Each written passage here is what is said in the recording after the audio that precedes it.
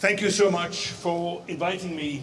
And in respect of, since my Bosnian is a little rusty, I prefer to speak in English, hoping that we can then all of us understand each other, rather than just speaking Danish.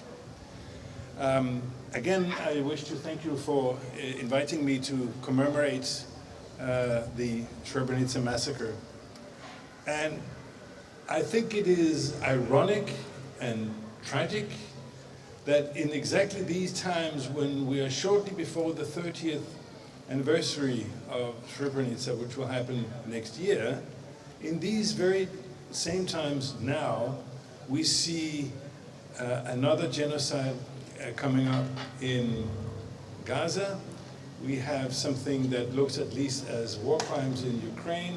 We have crises in Sudan, in Syria, and it appears as if we have learned very little from our past, and that is perhaps the biggest problem I have in my professional career.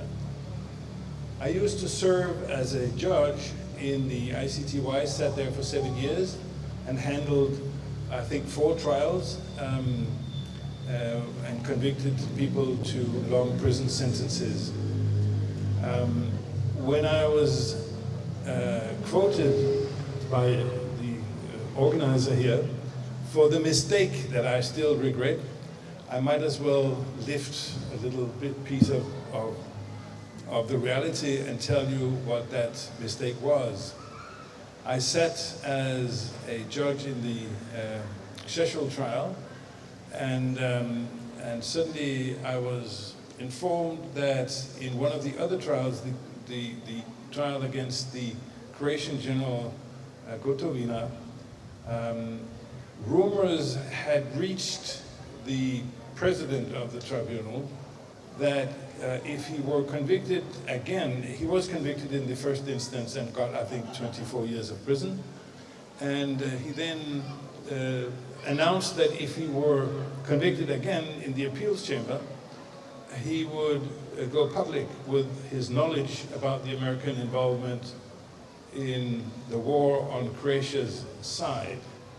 I had very little information about that at the time, but it appeared that the US had offered Croatia substantial support in terms of weapon and ammunition, and also military advisors for quite some time, in order to assist the Croatian army to fight against the Serbs.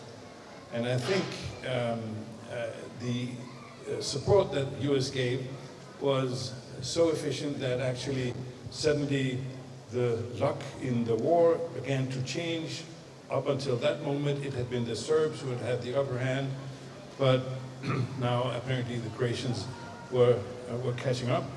And so it wasn't until the Serbs felt a lot of more resistance that they were able to enter into peace negotiations, which then were concluded in the Dayton Agreement in December '95.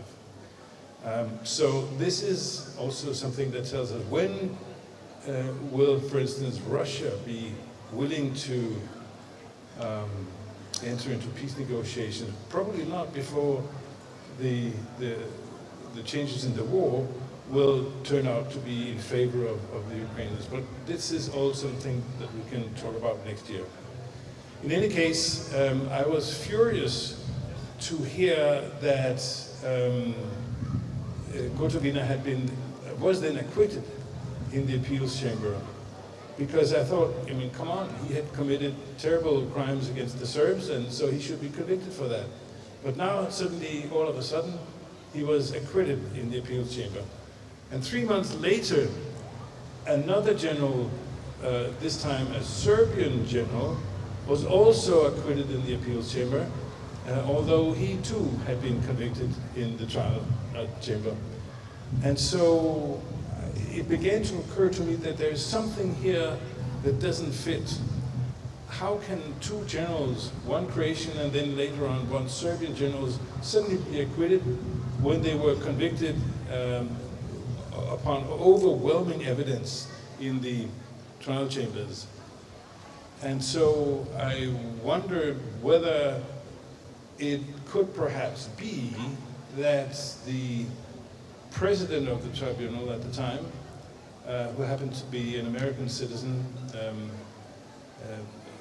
had been perhaps under influence from United States authorities in order to ensure an acquittal of Gotovina and the other Serbian general, because I think the US authorities were very keen to avoid that their participation in the war on another continent, a war that had nothing to do with the US, would become public. And I was honestly very upset and furious about this. If that were true, I think the whole idea of having justice would be lost.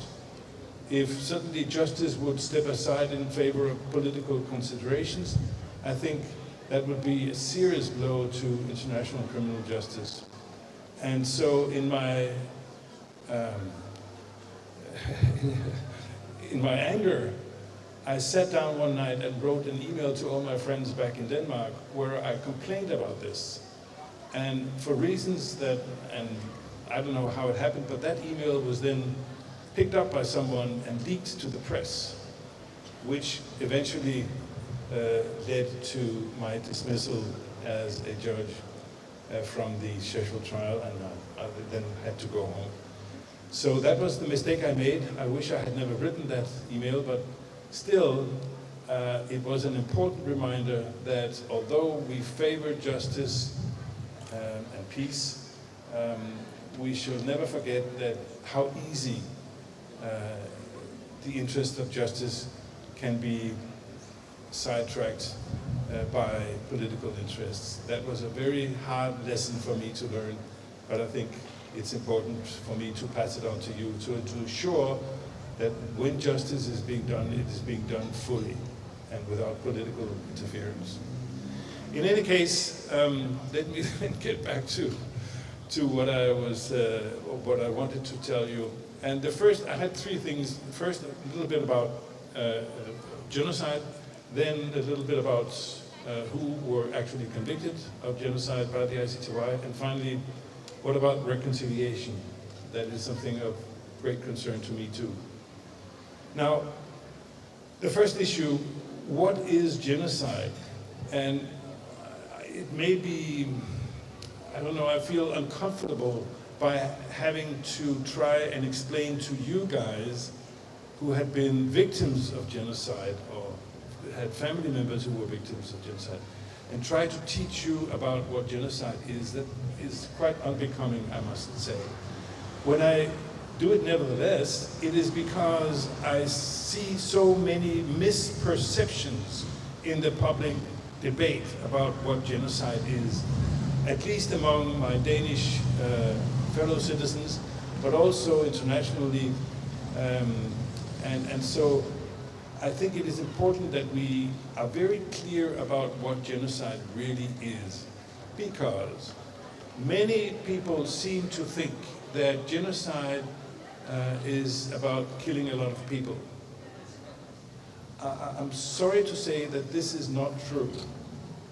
Genocide can be committed without killing anyone. So what is genocide then, really?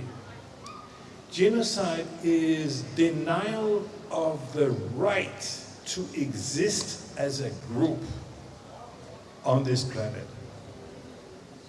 It is denial of the right to exist as a group here. And you can commit genocide in many ways. You have to have the intent to destroy the group, and you can destroy the group in many different ways. You don't have to kill anyone. You can destroy the group by taking away the kids from the groups and bringing them up somewhere else, and when they finally get back to their group, they have lost the language, they have forgotten their traditions, they can't sing the songs, and so they have become strangers in their own community. That is one way in which you can actually destroy a group. You can also destroy a group by sterilizing all the women so that they can't have any kids anymore. You can also destroy a group by subjecting them to conditions of life that will lead to eventually to the group's destruction. So you see, you can also, of course, commit genocide by killing everyone. That's obvious. But again, the core of the genocide crime is not the killing of the individual. It is the destruction of the group that is the core element of genocide. Destruction of the group is what we are talking about when we talk about genocide. So don't be mistaken. The Genocide Convention speaks of 4 groups: ethnic groups, national groups, religious groups, and racial groups. Common to these 4 groups is the fact that membership of the group is not dependent on any individual choice by the member. You are born into the group because you belong to a national minority, because you speak a certain language, because you are coming from some particular race, or you belong to a particular religion. These groups, therefore, are permanent. They're independent of any individual choice to join the group or to leave the group. That is why these groups are protected specially in the Genocide Convention. And so we call genocide the mother of all crimes. Why? Exactly because who on this planet has the right to decide which groups are allowed to be here and which groups are not? That's the issue. And when we put this question, people look bewildered and they look up, that must be God or Allah or these guys up there in the higher levels, because we humans, we cannot allow ourselves to determine which groups have the right to be here and which have not. That is the real criminal element. If you take away the right to exist as a group from a group, then you are out on some very bad business. So the people who were convicted in the ICTY when we sat there as judges were people who were determined and had the intent to deny Muslims, basically Bosniaks, to exist as a group in Bosnia. So they had to destroy the group, and they did that in whichever way they could, partially also by killing 8,375 Muslim men and boys in Srebrenici in these days in July. So that is as much as I wish to say about genocide, but don't forget what genocide is really about. It's not against the individual, it's against the group. When I looked through the files at home before I came here, I discovered that as far as I could tell, there are only 7 persons who were convicted of genocide in the ICTY. We also had genocide trials in Rwanda, where I also sat, before I sat I was a senior legal officer in the Rwanda tribunal, but I think some 15 or 20 people have been convicted of genocide in the Rwanda tribunal. But that's another matter. In the Yugoslav tribunal, only 7 were convicted and 1 was charged, but ended up being acquitted. It's Radovan Karadzic, it was Ratko Mladic, it was Radislav Krstic, it was Vujidin Popovic, Ljubisha Beara, Drago Nikolic, and Zdravko Tolimir. 4 of them got life in prison. That's Mladic, Popovic, Beara, and Tolimir. Karadzic got away with 40 years, and Krstic and Drago Nikolic with 35 years in prison. So that is as far as we could make it in the ICTY. A number of other persons were charged, but ended up being acquitted, partly because they entered a guilty plea. Now, the final point I wish to make was, what about reconciliation? And basically, I should put that question to you. Do you think that what we did in The Hague, in the tribunal as judges, did that contribute to reconciliation in your country?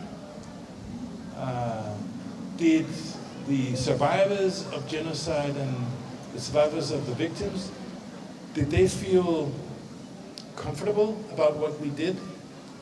Did it give them any solace, any strength in seeing at least some of the perpetrators convicted of genocide? Frankly, I have my doubts. I certainly hope that whatever we did some good, and it is my deep concern and wish that we continue to prosecute these crimes, not only in Bosnia. The ICTY has been closed a long time ago, but now we continue in the ICC, also in The Hague. And I really hope that the ICC is able to carry forward the flag of justice, although I must admit the prospects look very, very grim at the moment. I cannot stand here with any posture of positivism. I'm deeply concerned, and I'm afraid what's going to happen in the future. That is all the more reason why we need to hold these celebrations of Srebrenica and never forget what happened. Thank you, and forgive me for